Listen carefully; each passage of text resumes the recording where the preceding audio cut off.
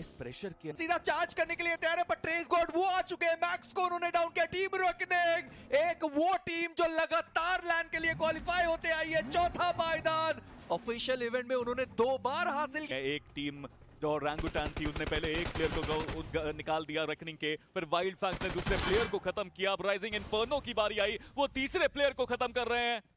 हालांकि ओवन ने गाड़ी ब्लास्ट करके खुद को तो डाउन किया है, बट मुझे लगता नहीं कुछ नुकसान होगा। वो भी जोन की तरफ आगे बढ़ते हुए। ओरांगुटान जरूरी था कि यहाँ पे शुरुआत अच्छी उनकी हुई, बट दूसरी तरफ वाइल्ड फैंग्स से वो भी डाउन। मुझे लग नहीं रहा है मेजी कि ये मैच बहुत लंबा चलेगा। फाइट्स इतनी सारी हो रही हैं, प्लेयर्स वो डेस्परेट हैं पॉइंट्स निकालने के लिए। बहुत जल्दी ये मुकाबला समाप्त हो जाएगा, जैसे मैं आपसे कह भी रहा था। पर सैम बग्गी का टायर जो था वो ब्लास्ट हुआ और स्लिप करते हुए वो खिलाड़ी नीचे की दिशा में जा चुके हैं और अब उस बग्गी का वो यूज नहीं कर सकते। बट अभी भी कुछ खिलाड़ी हैं जिनको निकलना बाकी है। जली हवा में छलांग लगाई है। गॉटिन डैमेज उन्होंने बहुत ज्यादा दिया है, पर सैम वो यहाँ से जरूर निकलना चाहेंगे। पर ओरांगुटान वो team centre of the circle पहुंच गई। वो तो 107 के साथ है और जो 5वां स्थान है वो भी उनके पास। यहाँ पे वो फ्लैश निकाल सकते हैं, राइजिंग इन्फर्नो को रोक सकते हैं। ये भी एक जीत रहेगी, बहुत बड़ी रहेगी ओरांगुटान के लिए। और जब मामले बड़े होते हैं, केओपी खड़े होते हैं। शानदार एफर्ट, बट विज़गॉड वो नेड उन पे आया। विज़गॉड डाउन हुए orangutan. They can't afford to lose this fight, but KOP क्या वो अपनी माइट दिखाएंगे? बिल्कुल नहीं। थर्ड पार्टी स्प्रेस, वाइल्ड फैंग्स और ओरांगुटान के सपने भी सपने रह सकते हैं, क्योंकि राइजिंग इन्फर्नो स्क्वाड वो फ्रैग्स निकालने की कोशिश कर रहे हैं, बट वाइल्ड फैंग्स तो सबको परेशान करते हुए। और अभी तक तो मल्टीपल जो फ्रैग्स थे वो वहां पर वाइल्ड फैंग्स के ही खाते में जाते हुए आपको नजर आए। पर टीम ओरांगुटान क्या वो यहां से भी अपने खिलाड़ियों को सीधा लैंड फाइनल्स में पहुंचा सकते हैं? क्योंकि बचे मात्र 2 खिलाड़ी। आतंकी उनका प्रहार और जली को उन्होंने डाउन किया। एकेओपी उनका पलटवार हुआ। हालांकि वो डाउन पड़े हुए थे, उनको तो एलिमिनेट कर दिया गया। पर आरू उनके पास एचपी नहीं है। स्पीरो इस वक्त मुश्किल है। टीम ओरांगुटान उनके लिए बहुत ज्यादा बढ़ने वाली है। वो खिलाड़ी जोन के बाहर है और टीम ट्रू रिपोर्ट क्या वो चार्ज करते हुए नजर आ सकते हैं? पर ट्रेस गॉड कोशिश उनके द्वारा भी करी गई है, पर 4TR उन्हें भी तो पॉइंट्स की जरूरत पड़ने वाली है। इस सपोर्ट नहीं कर सकते। इतना बड़ा ये टूर्नामेंट चल रहा है, राउंड 1 से लेके सेमीज वीक 2 तक का जो एफर्ट लगाया है वो सब एक मैच में निकल जाएगा। इंपॉर्टेंट है आपके लिए कि आप इस मैच में पॉइंट्स निकाले, बट 4TR उन्होंने भी अपने प्लेयर्स रास्ते में गवाए। गॉड्स ओमन के सामने अब एक कड़ी चुनौती। मुश्किलें बहुत, बट क्या यहाँ पे हर एक टीम जो पहुंचने वाली है सबके प्लेयर्स चले गए? गॉडलाइक ने एक प्लेयर गवा दिया और ओरांगुटान के 2 प्लेयर्स खत्म हो गए। रेकनिंग 3 प्लेयर्स गवा चुकी है। 4TR 2 प्लेयर्स गवा चुके हैं। इस सबको देखा जाए तो मौका पूरा यहाँ पे बनता है हैदराबाद हाइड्रास के पास, फॉर मेरिकल के पास, कि वो अपनी टॉप 8 में जगह बरकरार रखें। पर 4TR उनके लिए एक अच्छी खबर रहेगी कि शुरुआती दौर में उन्होंने वो 6 फिनिशेस निकाल दिए थे और इसीलिए वो जो आंकड़ा है ना वो 104 तक पहुंच गया। उत्कर्ष सारी निगाहें अब उनके ऊपर बनी हुई है, क्योंकि एक आखिरी खिलाड़ी अपनी टीम से गोकुन का ये ग्रेनेड। उत्कर्ष क्या वो यहाँ पर कुछ खास कमाल करके जा पाएंगे? जी नहीं। 4TR उनका एलिमिनेशन इस मुकाबले से 6 फिनिशेस निकाले, पर क्या वो 104 पॉइंट उनके लिए पर्याप्त होंगे? सवाल तो बहुत अच्छा है, जवाब कुछ देर में मिलेगा। But rising inferno esports court in the last man standing, उनका भी अंत 109 पे ही उनका अंत हुआ। कट ऑफ फाइनली वो कम हो रहा है, वो हर बार के साथ कम हो रहा है और हीरो एक्सट्रीम गॉडलाइक को एक मौका मिल रहा है। Maybe even the God wants them to qualify, but Godlike को गॉडलाइक प्रदर्शन करना पड़ेगा if they really want Wild Fangs. अभी तक प्लेयर्स ने बढ़िया खेला, 2 फिनिशेस लेकर गए अपनी टीम के लिए और सैफ वो भी कोशिश कर रहे हैं कि थोड़े बहुत नॉक्स निकाले जाएं। एक बढ़िया ग्रेनेड सैफ की तरफ से जहां पर डिजी वो डाउन हुए और सैफ एक और लो टॉस का ग्रेनेड। उससे पहले ही ट्रेस गॉड उन्होंने टॉप्स को डाउन किया। 7S अब बचते अपने 2 खिलाड़ियों के साथ। ट्रेस गॉड इसमें ज्यादा बुलेट्स थी नहीं और इसीलिए उन्होंने M4 पर स्विच किया और डस्टी उनको भी बड़े आसानी से उन्होंने डाउन किया। और घोष फेस वो तो सुपरमैन के द्वारा स्पॉट किए गए, पर टीम वोल्केनो उन्होंने अपना एक प्लेयर डाउन करा दिया और गॉड्स ओमेन जिनके पास पॉइंट्स की कमी नहीं है वो सपने तोड़ते हुए मल्टीपल टीम्स की। ये कैसा मैच चल रहा है? This is absolute cinema. हर एक टीम जिनको पॉइंट्स चाहिए वो प्लेयर्स गवा रहे हैं। हर एक टीम प्रेशर में खेल रही है।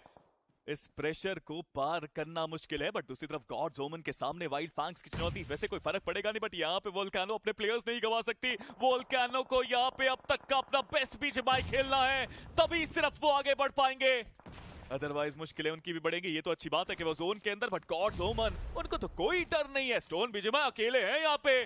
बट दूसरी तरफ आरू वो यहाँ पे नॉक और रैंगुटान अफोर्ड नहीं कर सकते यहाँ पे हारना। हैदराबाद हाइड्रोस अफोर्ड नहीं कर सकते यहाँ पे हारना। ये हो रहा है तो क्या हो रहा है इस मैच में? पर सर्वेत उन्होंने अभी भी अपनी टीम के कमान संभाली है। डेल्टा पीजी वहां पर डाउन किए गए। जस्टिन उनके पास वो एक ग्रेनेड पर एचपी बहुत ज्यादा कम दिखाई देगी। रॉबिन वो यहाँ पर तैयार है पर जस्टिन का वो ग्रेनेड निंजा वो डाउन कर दिए गए और रैंगुटान आरू प्लेस उनके बाहर वो प्लेयर डाउन हो गया। आतंकी अब वो एक आखिरी खिलाड़ी बचते अपनी टीम से। BMPS 2023 अहमदाबाद का लैंड जो आरू ने मिस किया था उसके बाद उस खिलाड़ी ने सारे लैंड फाइनल्स खेले हैं। क्या ये वो लैंड फाइनल होगा जहां पर वो खिलाड़ी मिस कर जाएगा? क्योंकि एक प्लेयर के साथ वो 13 से 14 पॉइंट्स निकाल पाना सबसे ज्यादा मुश्किल, बहुत मुश्किल, असंभव ही समझिए। बट सर्वित अभी भी आगे बढ़ रहे हैं। रॉबिन क्या एक और सपना तोड़ेंगे? क्या रॉबिन यहाँ पे एक और प्लेयर को खत्म करेंगे? हैदराबाद हाइड्रास सेमीफाइनल्स वीक 2 में पिछले 2 ऑफिशियल से बाहर होने वाली टीम हैट्रिक लगाती नजर आई। मोक्ष इतनी मेहनत, सर्वित इतनी मेहनत, बट वो सपने बस धरे के धरे रह गए। रेकनिंग के सपने धरे के धरे रह गए। ये बीजमाई की जंग प्रचंड हो चुकी है जहां पे अगर आप बेहतर नहीं तो आप इस कंपटीशन में नहीं। True reapers versus team Godlike, ये फाइट हमने कई बार होते हुए देखी और कई बार ट्रू रिपर्स उन्होंने वो थर्ड पार्टी भी किया है। पावर उनको डैमेज बहुत ज्यादा पड़ चुका है। बॉट फायर इसी बीच वो डाउन हुए। 4 मेरिकल रास्ता उनके लिए बिल्कुल साफ हो चुका है। 4 मेरिकल अगर यहां पर वो ज्यादा पॉइंट्स निकालते हैं उनको फायदा जरूर मिल सकता है। पर जेली क्या वो अपनी पुरानी टीम को लैंड फाइनल्स में क्वालिफाई करने से रोक सकते हैं? हीरो एक्सट्रीम गॉडलाइक, क्या वो टीम जो BMPS 2024 में तीसरे पायदान पर आई थी वो उनको रोक सकते हैं? बट GDR इसी बीच 2OP ऑफिशियल उनके साथ वो मुलाकात हुई है। हालांकि उस फाइट का कोई मतलब नहीं क्योंकि 2OP वो बहुत नीचे है। GDR वो 100 बूस्टर्स नहीं है। पिछला वो एरांगल का मुकाबला था पर इन सब के बीच में टीम वोल्केनो उनका एलिमिनेशन हो गया, जिनके लिए हर कोई कह रहा था कि ये तो बहुत आसानी से लैंड फाइनल्स में पहुंच सकते हैं। पर एक बढ़िया ग्रेनेड सैम का था वो पंख वो डाउन कर दिए गए। हीरो एक्सट्रीम गॉडलाइक अब वो बचते अपने 2 खिलाड़ियों के साथ। 3 साल का इंतजार किया था गॉडलाइक फैंस ने जब पंक ने BMPS 2024 में अपनी टीम को लैंड क्वालिफाई कराया था और अब ये वो समय है जहां पर रियलमी BMPS 2025 और हीरो एक्सट्रीम गॉडलाइक वो शायद लैंड फाइनल्स का हिस्सा अब ना बन पाए। 2 प्लेयर्स अभी भी उनके पास हैं। जॉनथन एस पावर के अंदर वो क्षमता पूरी है। उन्होंने बार बार अपने आप को प्रूव किया इतने सालों के अंदर, बट इस बार एक बार फिर से अपने आप को प्रूव करने की बारी है। वो नेड्स अभी भी आ रहे हैं। True reapers with the numbers game advantage वो आगे बढ़ तो रहे हैं बट अभी के लिए वो नेड्स कनेक्शन ढूंढ नहीं पा रहे। जॉनथन के हाथ में नेड और जॉनथन के हाथ के वो नेड हमेशा खतरनाक होते हैं, बट क्या इस बार वो इफेक्टिव साबित होंगे? इस पावर पीछे चले गए। True Rippers slowly creep in करते हुए ये मुकाबला अब तक का सबसे बड़ा मुकाबला। इस मुकाबले में एक क्लच हीरो एक्सट्रीम गॉडलाइक को जीवित रखेगा कंपटीशन में, but true reapers they're still fighting with everything they got. S power HP उनकी बहुत ज्यादा डाउन हो चुकी है और जेली का ये ग्रेनेड एस पावर उनको करेगा डाउन। और जॉनथन एक आखिरी खिलाड़ी बचे हुए टीम से और एक आखिरी कोशिश जो जॉनथन की तरफ से हमें देखने को मिली।